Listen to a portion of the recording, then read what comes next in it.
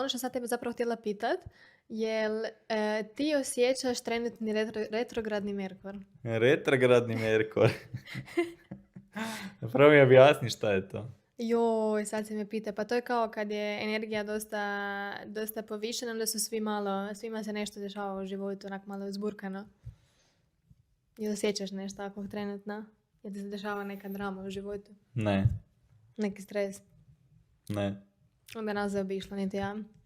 U principu, jako puno ljudi kaže da im je trenutno baš teško razdoblje, da se dosta toga dešava. Ja kao, meni ne, tako da sam mislila da... A kao šta, mislim... Da to ti je znaš ono kao kad primjer mi daj, kao šta stresne, šta mu kao posao misliš? Pa općenito u životu ti se krene dešavati nešto, sam krene nizbrdo.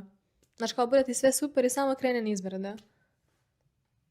Ne bih rekao da se tako osjećam baš. Ili ono bez veze da si loše raspoložen ili nešto. A dobro, to uvijek. Thanks. Ne, ali baš specifično ono loše. Ne bih rekao.